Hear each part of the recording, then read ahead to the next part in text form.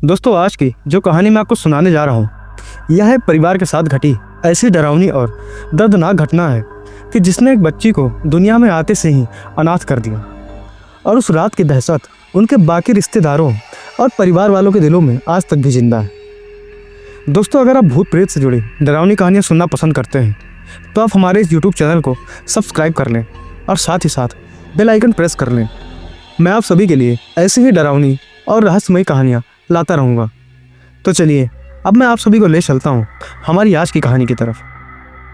दोस्तों, जब पढ़ाई के रीजन से मैं मम्मी पापा और भाई के साथ बहराइच वाले घर में रहता था। दोस्तों, अगर आपको नहीं पता तो बताता चलो, बहराइच उत्तर प्रदेश का एक शहर है जो लखनऊ से करीबन 120 किलोमीटर की दूरी पर है।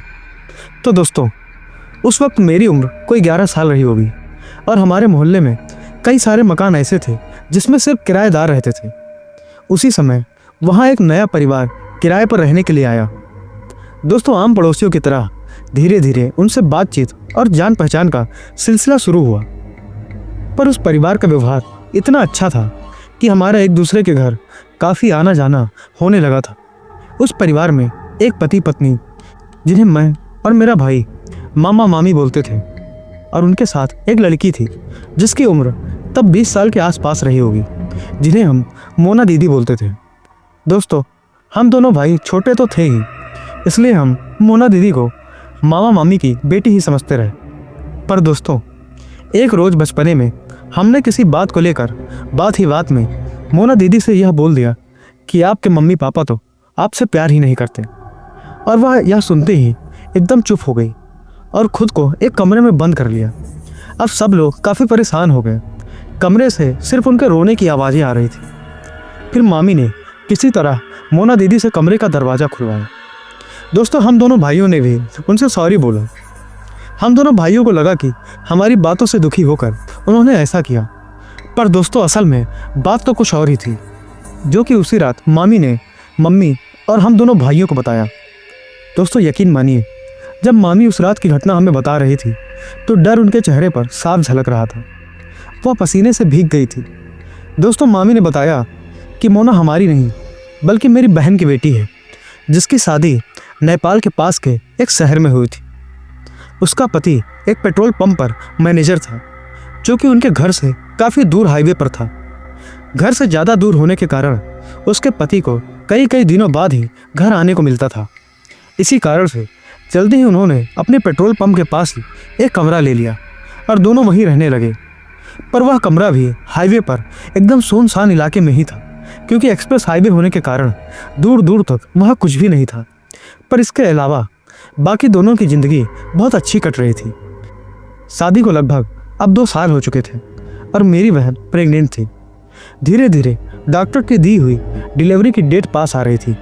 मेरी बहन के पति ने उस डेट के पहले ही हॉस्पिटल में एडमिट करने की सारी तैयारी बना ली थी, क्योंकि उनके घर के आसपास मीलों तक सिर्फ हाईवे था और वह किसी भी तरीके का कोई रिस्क नहीं लेना चाहते थे। पर दोस्तों, होने को कुछ और बहुत ही भयावह मंजूर था। रात के करीब 2 बजे होंगे जब मेरी बहन और उसका पति दोनों सो रहे थे। तभी अचानक बहन के पेट में जोरों का दर्द शुरू हो गया। वह इस दर्द को सहन नहीं कर पा रही थी। उसका पति भी यह देखकर बहुत परेशान हो गया, क्योंकि जो डेट डॉक्टर ने दी थी उसमें तो अभी काफ़ी टाइम बचा हुआ था। पर जब मेरी बहन की हालत धीरे धीरे और बिगड़ने लगी तो फिर रात में ही हॉस्पिटल जाने के अलावा और कोई दूसरा रास्ता नहीं बचा था। उसका पति जल्दी से गाड़ी निकालता है और पत्नी को बिठाकर उस हाईवे पर तेज रफ्तार से गाड़ी भगाने लगता है। दोस्तों, मामी बताती हैं कि अब वह मंजर आने वाला था जिसकी गवाह मैं वहाँ मौजूद ना होकर भी बन गई, क्योंकि जब बहन का पति गाड़ी लेकर निकला तो वह अकेला था। या तो वह गाड़ी चलाता या फिर पीछे लेटी पत्नी का ध्यान रखता। तभी उसने मुझे कॉल करके फ़ोन स्पीकर पर डाल दिया और मैं अपनी बहन को फ़ोन पर ही हिम्मत देती रही। पर अचानक से कुछ ऐसा सुनाई दिया जिसे मैं खुद समझ नहीं पा रही थी, क्योंकि वह आवाज़ ना ही मेरी बहन की थी और ना ही उसके पति की। दोस्तों, मामी बताती हैं कि मैंने बचपन से ही ऐसी कई कहानियाँ सुन रखी थी जिसमें हाईवे पर लोगों के साथ कुछ असामान्य घटनाएं घटती हैं। मैंने तुरंत फ़ोन में तेज़ आवाज़ में अपनी बहन के पति से पूछा, यह कैसी आवाज़ थी, क्या हो रहा है वहाँ? तभी वह आवाज़ दोबारा से सुनाई पड़ी और इस बार तो वह आवाज़ इतनी तेज थी कि मुझे फ़ोन तक में साफ सुनाई पड़ी, जैसे कि कोई औरत गाड़ी रोकने को कह रही हो। पर दोस्तों, वह आवाज़ इतनी कर्कश और डरावनी थी कि उसे सहन कर पाना मेरे लिए भी मुश्किल हो रहा था, जो कि मैं इतनी दूर बैठी थी। भगवान जाने उन दोनों के ऊपर क्या बीती होगी जो उस वक्त वहाँ मौजूद थे। मेरे दिमाग में बचपन की वही हाईवे की कहानियाँ चल रही थी। तभी कुछ सोचकर मैंने अपनी बहन के पति से बोला कि कुछ भी हो जाए पर तुम पीछे मुड़ कर मत देखना और गाड़ी मत रोकना। पर वह इतना डर चुका था कि उसके मुंह से आवाज़ तक नहीं निकल पा रही थी। कुछ 5 मिनट बीते होंगे, तभी अचानक से वह जोर से चिल्लाया, दीदी वह गाड़ी के पीछे आ गई है, वह गाड़ी के एकदम पीछे दौड़ रही है। मैं फ़ोन पर चिल्लाती रही कि बस तुम पीछे मुड़ कर मत देखना। मैंने अपनी बहन को भी आवाज़ दी, पर वह शायद डर और दर्द के कारण पहले ही बेहोश हो चुकी थी। दोस्तों, फिर मामी बहुत दुखी आवाज़ में आगे बताती हैं कि मेरे फ़ोन पर चिल्लाते रहने का कोई फ़ायदा नहीं हुआ, क्योंकि शायद बहन के पति ने पीछे मुड़कर देख लिया होगा। एक बहुत ही जोर के टक्कर की आवाज़ आई और फिर एकदम से सब कुछ शांत हो गया। मैं फ़ोन पर हेलो हेलो चिल्लाती रह गई। तभी हमने पुलिस कंप्लेंट करके सारी बातें बताई। फिर पुलिस वालों ने उस हाईवे के इलाके की लोकल पुलिस से संपर्क किया। फिर उसके बाद उन्होंने जो हमें बताया, हमारे पैरों के नीचे से ज़मीन खिसक गई। पुलिस वालों के हिसाब से उस गाड़ी का डिवाइडर से टकराकर एक्सीडेंट हुआ था। डिवाइडर के पास एक महिला लहूलुहान पड़ी थी, जिसकी सांसें चल रही थी और उसे हॉस्पिटल में एडमिट कराया जा चुका था। पर गाड़ी डिवाइडर तोड़कर खाई में गिर चुकी थी।